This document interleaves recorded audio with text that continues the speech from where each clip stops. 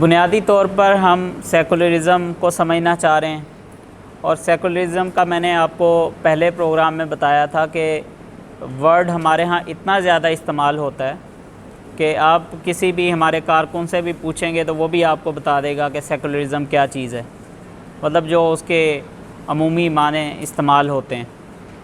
لیکن یہ کافی نہیں ہے، یہ تعریف یا اتنی سی اس کی وضاحت جو ہے یہ تو معاشرے کے اندر کوئی بھی نوجوان کر سکتا ہے۔ اگر یہ اتنا ہی سمپل یا اتنا ہی سادہ معاملہ ہے تو کیوں آج پوری دنیا کے اوپر سیکولرزم کا نظام غالب ہے؟ تو اس کو سمجھنے کے لیے یہ پورا کانٹیکسٹ سمجھنا ضروری ہے، جس کو ہم سمجھنے کی کوشش کر رہے ہیں۔ یورپ کا معاشرہ تھا سارا سیکولرزم سے پہلے، وہ مذہب پہ بیس کر رہا تھا، مذہب اس کی بنیاد میں تھا، اور مذہب کے اندر بھی چرچ کا جو انسٹیٹیوشن تھا وہ سب سے اسٹرانگ انسٹیٹیوشن تھا، اور چرچ کا نظام ایسے ہی تھا جیسے کسی حکومت کا نظام ہوتا ہے، وہ پورے اسٹیٹ کا یا پورے ملک کا نظام چرچ ہی چلا رہا تھا، عیسائیت کی جو تعلیمات تھیں ان کے مطابق۔ اور پھر وہاں سے ایک پروسیس شروع ہوا یورپ کے اندر، جس کو مختلف نام دیے جاتے ہیں، مختلف تحریکیں شروع ہوئیں۔ جیسے ایک بڑا پروجیکٹ جو ہے اس کو کہا جاتا ہے انلائٹنمنٹ کا پروجیکٹ، اور پھر اس پروجیکٹ کے اندر مختلف تحریکیں چلتی رہی ہیں۔ جیسے ایک تحریک چلی جس کا ہم نے ڈیٹیل میں تذکرہ کیا تھا، اقلیت پسندی کی، اور آپ سمجھیں کہ یہ سیکولرزم سے پہلی ڈیویشن تھی، یعنی سیکولرزم کی طرف مذہب سے پہلی ڈیویشن تھی سیکولرزم کی طرف جانے کی۔ اس کی بنیاد کیا تھی؟ بنیاد یہ تھی کہ یورپ نے، یا اس وقت وہاں جو لوگ تھے جو اس تحریک کو لیڈ کر رہے تھے، انہوں نے یہ ڈیسائیڈ کیا کہ انسان کی جو عقل ہے وہ سارے معاملات، سارے مسئلے حل کر سکتی ہے۔ تو جب انسانی عقل سارے مسئلے حل کر سکتی ہے تو پھر ہمیں وحی کی ضرورت نہیں ہے، پھر ہمیں خدا کی ضرورت نہیں ہے، پھر ہمیں انبیاء کی ضرورت نہیں ہے۔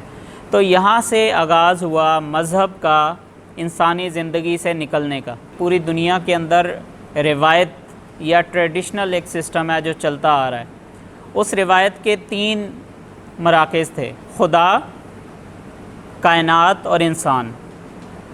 روایت کے اندر آپ کو یہ 3 پلرز ملیں گے۔ جو بھی نظام بنے گا وہ ان 3 چیزوں کو سامنے رکھ کے بنے گا۔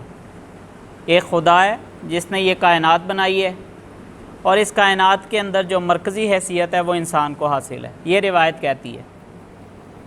اب جو انلائٹنمنٹ کا پروجیکٹ آیا، یا ماڈرنزم کا پورا پروجیکٹ آیا جس کی ہم بات کر رہے ہیں، یا اس کو آپ ریشنلزم کا نام دے دیں، کوئی بھی نام دے دیں، اوورآل اس کو کہا جاتا ہے جدیدیت، ماڈرنزم کا جو پورا پروسیس شروع ہوا۔ تو اس میں کیا کیا گیا؟ اس میں کس چیز کو ریپلیس کیا گیا؟ ان تینوں میں سے خدا کو کس چیز سے ریپلیس کیا گیا؟ جی، عقل سے، بالکل۔ کس نے بنیاد رکھی اس کی، اقلیت پسندی کی؟ ڈیکارٹ نے۔ ٹھیک ہے، آپ دوبارہ کتاب پڑھیں گے تو آپ کو، اس لیے میں نے آپ کو یہ بتایا تھا کہ یہ جو فلاسفرز ہیں یہ بھی بہت اہم ہیں۔ یہ وہ سارے لوگ ہیں جنہوں نے ویسٹ کے اس پورے نظام کی بنیادیں کھڑی کی ہیں۔ تو ڈیکارٹ نے کیا کیا؟ اس نے کہا کہ عقل جو ہے وہ جیسے کہا جاتا ہے نا، عقل کل، وہ سارے مسئلے حل کر سکتی ہے۔ تو جب عقل سارے مسئلے حل کر سکتی ہے، انسانی ذہن اپنے سارے مسائل حل کر سکتا ہے، تو پھر خدا کی ضرورت ہی نہیں ہے۔ جب خدا کی ضرورت نہیں ہے تو وحی کی ضرورت نہیں ہے، جب وحی کی ضرورت نہیں ہے تو پھر انبیاء کی ضرورت نہیں ہے جو گائیڈنس وہ لے کے آئے ہیں۔ تو اس طریقے سے پورا جو مذہبی پیراڈائم تھا، یا وحی تھی، یا مذہب کا پورا عمل دخل تھا، اس کا انکار کیا گیا، اور اس کی بنیاد جو ہے وہ عقل سے۔ تو اب ماڈرن جو پورا سسٹم ہے وہ ان 3 پلرز پہ کھڑا ہوا ہے۔ کون سے 3 پلر ہو گئے پھر؟ ایک کائنات ہے، ایک انسان ہے، اور تیسرا عقل، ریشنلٹی، انسانی دماغ، ان 3 چیزوں پہ۔ تو اس میں آپ دیکھیں گے کہ ان 3 چیزوں کو اگر آپ دیکھیں گے تو اس میں سے میٹا فزکس نکل جاتی ہے۔ میٹا فزکس کیا ہے؟ ماں بعد الطبیعات جس کو کہا جاتا ہے، مطلب جو دنیا ہمیں نظر نہیں آ رہی، جس میں آخرت کا ایک تصور ہے، جس میں ہمارے ہاں یہ تصور ہے کہ جنت ہے، جہنم ہے، اور یہ آسمان ہیں، ان آسمانوں کے اوپر اللہ تعالیٰ کا عرش ہے، اور ایک پورا سسٹم ہے اللہ تعالیٰ کا بنایا ہوا۔ تو یہ جو ماڈرن سسٹم ہے جو 3 چیزوں پہ بیس کر رہا ہے، وہ کہتا ہے یہ کچھ بھی نہیں ہے، میٹا فزکس کچھ نہیں ہے۔ جب اللہ تعالیٰ ہی نہیں ہے، وہی نہیں ہے، تو یہ تو ہمیں تو وہی سے ہی پتہ چلا نا کہ جنت بھی ہے، جہنم بھی ہے، اور اس دنیا کے علاوہ بھی ایک دنیا ہے جس میں ہم نے جانا ہے۔